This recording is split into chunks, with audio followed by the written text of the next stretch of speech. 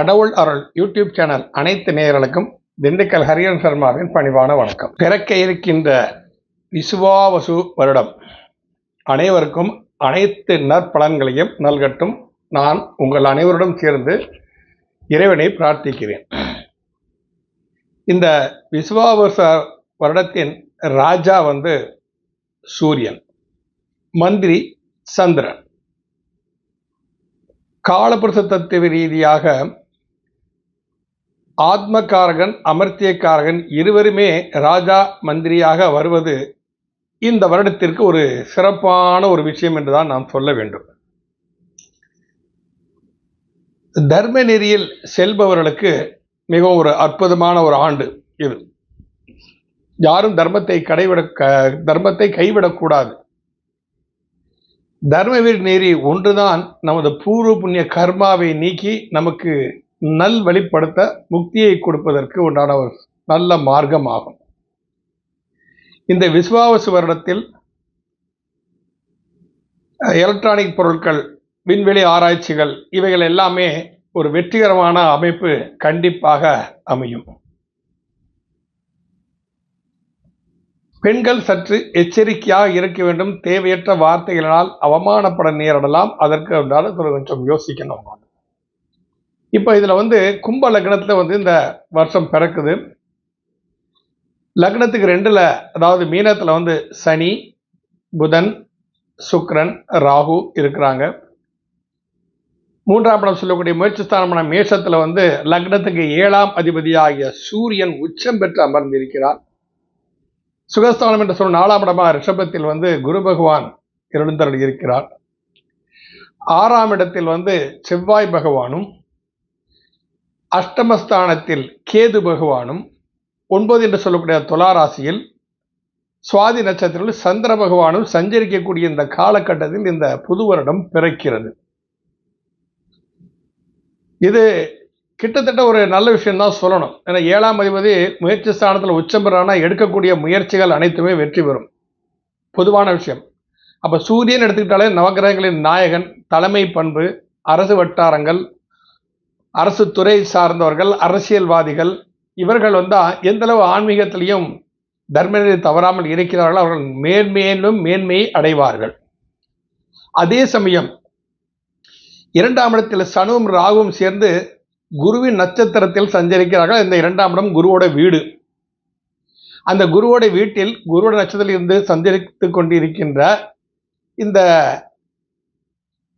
ராகுவும் சனியும் அந்த குருவை 3ஆம் பார்வையாக பார்க்கிறார்கள். குரு இருப்பதோ நிலராசி, அவர் ராகு சனியும் சஞ்சரிப்பதோ நீர் ராசி.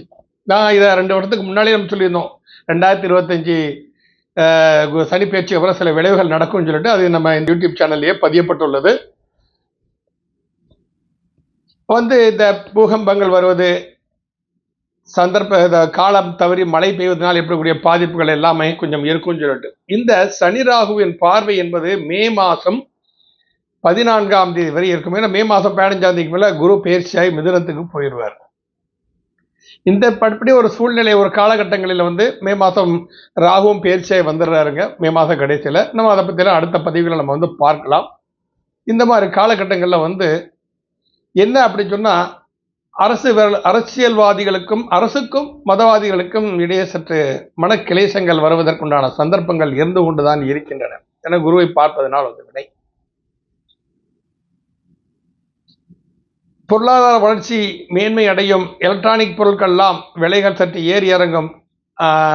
பெட்ரோல் டீசல் விலையும் கொஞ்சம் ஏறி இறங்கும்.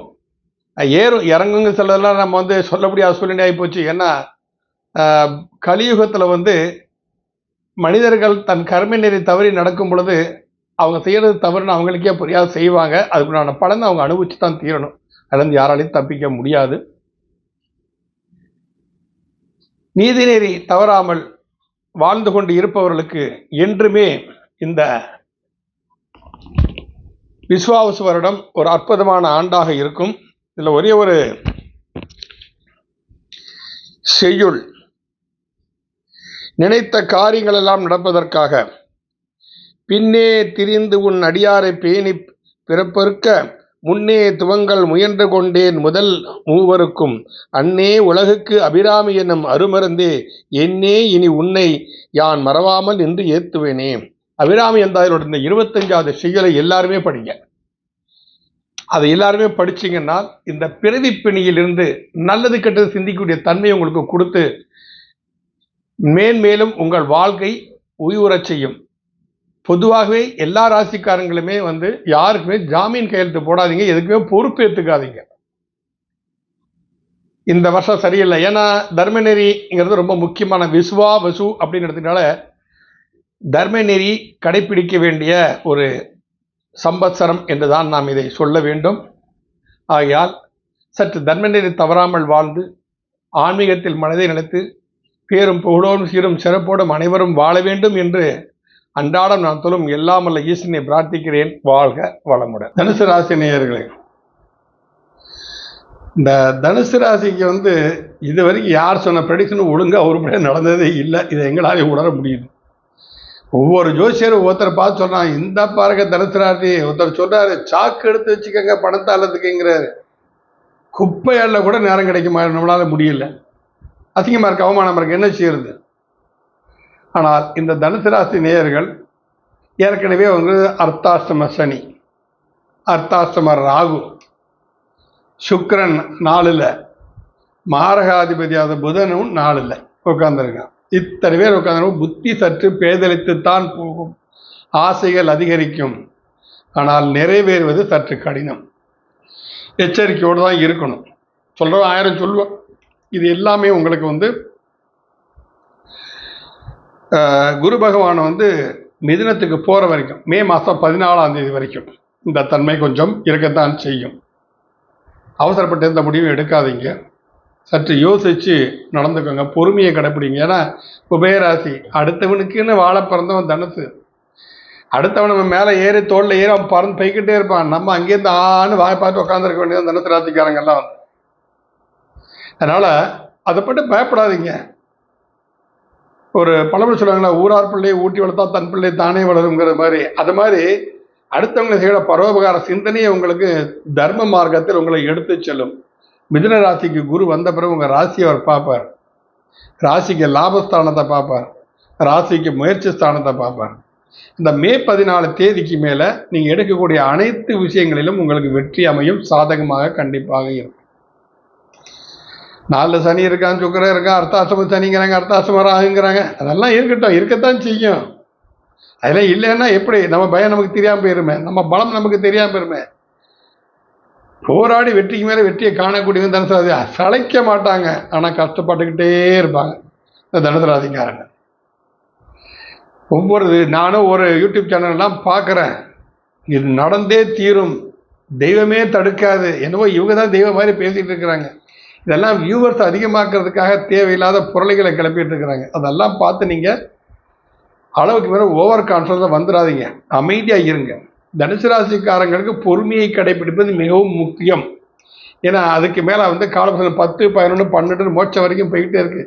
காலபுருஷனுக்கு பாக்கியாதிபதி தனுசு ராசிக்காரங்க அப்போ நாம் அடுத்தவங்க உழைக்க பிறந்திருக்கோம். நம்ம மைண்டை காம்ப்ரமைஸ் பண்ணி பழகுங்க. உழவார பணிகள் எல்லாம் செய்யுங்க, ஆலயங்களை சென்று செய்யுங்க. உங்கள் பாக்கியாதிபதி 5ஆம் இடத்தில் உச்சம் பெற்று இருக்கிறான். இது ஒரு அற்புதமான ஒரு நற்பலங்களை கண்டிப்பாக கொடுக்கும். அரசு சம்பந்தப்பட்ட வேலைகள், அரசு பதவியில் உயர் பதவி வைக்கக்கூடியவர்கள், அரசு பதவிகள் ப்ரமோஷனுக்காக காத்துட்டு இருக்கிறவங்க, ஏற்கனவே இன்க்ரிமெண்ட் நிறைய பெண்டிங்கில் இருக்குது, அதை வரக்கூடிய அமைந்து எல்லாம் வரும், எல்லாம் சாதகமாக அமையும். ஆனால் அதே சமயம் அதை தர்ம வழியில் செலவு செய்வதற்கு பழகி கொள்ளுங்கள்.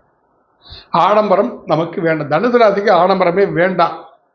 தனுசு ராசிக்காரங்க ஆடம்பரத்தை ஆசைப்பட்டானாலே அவங்க அவதி தான் படணும்.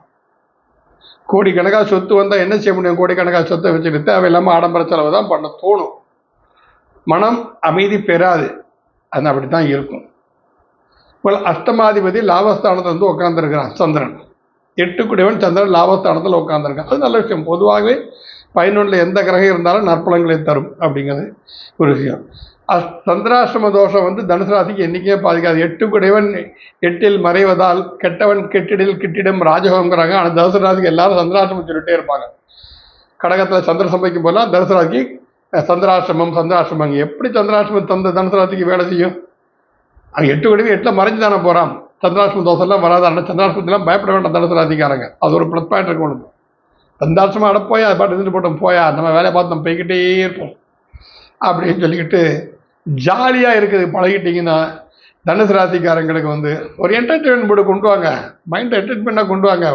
வயசெல்லாம் பார்க்காதீங்க. என்ன வயசு பாடுங்க ஜமுனு வெற்றி மீது வெற்றி என்னை சேரும் அப்படின்னு சொல்லி பாடிய பழகுங்க. நீங்கள் தனுசு ராசிக்காரங்க ரொம்ப உற்சாகமான தன் மனத்தை நீங்கள் மனத்தினுடைய மாற்றிக்கிட்டீங்கன்னா எல்லாமே சாதகமாகும். இதற்கு நீங்கள் கோதண்டராமர் வழிபாடு பண்ணணும். முடிஞ்சால் ராமேஸ்வரத்துக்கு போய் அங்கே கோதண்டராமர் ஆலயம் இருக்குது. அங்கே தான் விபீஷனுக்கு இழந்த பதவியை வீட்டு கொடுத்தார். ராமன் லங்கேஸ்வரன் மகுடாபிஷேகம் செஞ்சு வச்ச இடம் விபீஷனுக்கு. அங்கே போய் பிரார்த்தனை பண்ணிட்டு வாங்க நீங்கள் கோதண்டராமர் கோயிலில் போய். அது உங்களுக்கு வெற்றிக்கு மேலே வெற்றி உங்களுக்கு கண்டிப்பாக கொடுக்கும். வெற்றி மேலே அகம்பாவம் மாத்திரம் வராமல் உங்களை பார்த்து கொண்டிருக்கிறார். தனுசு ராசிக்கும் இந்த விஸ்வாவச வருடம் அற்புதமான வருடம் என்பதில் எந்த மாற்று கருத்தும் இல்லை. கடவுள் அருள் டிவியை பார்த்தமைக்க நன்றிகள். மேலும் இது போன்ற தகவல்களை தெரிந்து கொள்ள கடவுள் அருள் டிவியை சப்ஸ்கிரைப் செய்யுங்கள். மறக்காமல் பெல் ஐக்கானை கிளிக் செய்யுங்கள்.